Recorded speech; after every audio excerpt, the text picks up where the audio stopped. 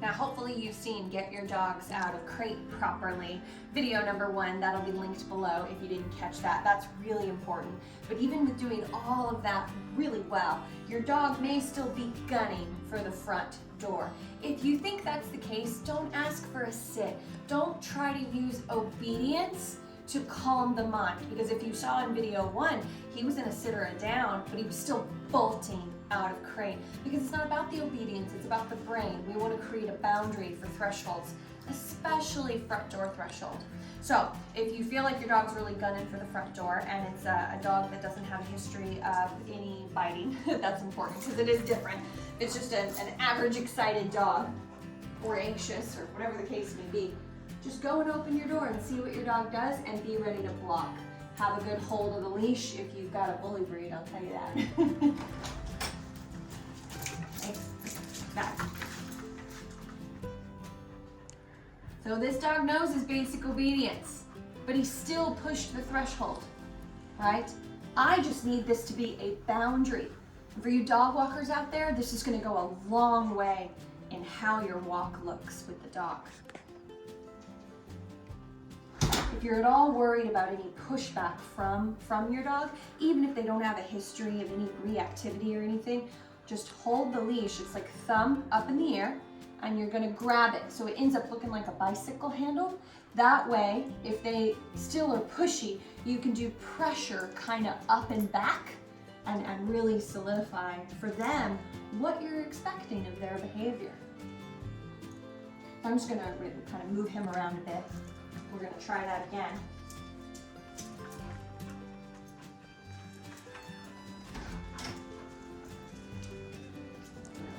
There we go, good job.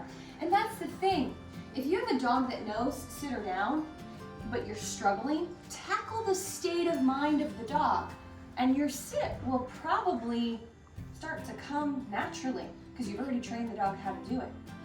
It's important for the dog to look at an open door and pause for a second, or any gate, even if there's 5 doors on the way down the stairs in an apartment building, you're doing this at every single one. So anyway, it's the same thing as everything else. If he bolts out, we turn around, we do it again. Let's go. That was pretty nice. That wasn't bad. Oh, now he's ready to sniff. Let's go. Okay. I'm ready to be outside. Good. But it's not just about this open door. It's about the door itself opening. That's what triggers dogs to run through doors. So we're gonna try that again. Let's go. Good.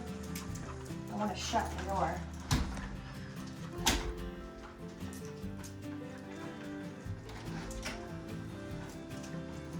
Good. Nice job.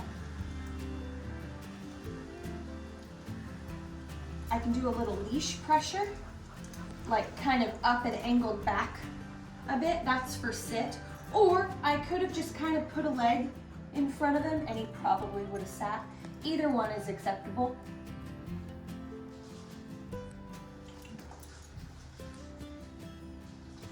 Let's go. Now, when I'm leaving, sit. I don't want my dog to be pulling while I turn and close and lock my door. So you're not finished yet. It's go through the threshold and stop and sit immediately. Create this pattern so you can turn, close the door, and lock it. Otherwise, you end up having what I had before, which is a dog pulling while you're trying to close and lock the door. And that's a problem. Your dog's already out of tune with you before you even started, even though you put in the work at the threshold. It also matters right outside of here how you get distracted and turn and shut the door. Let's go.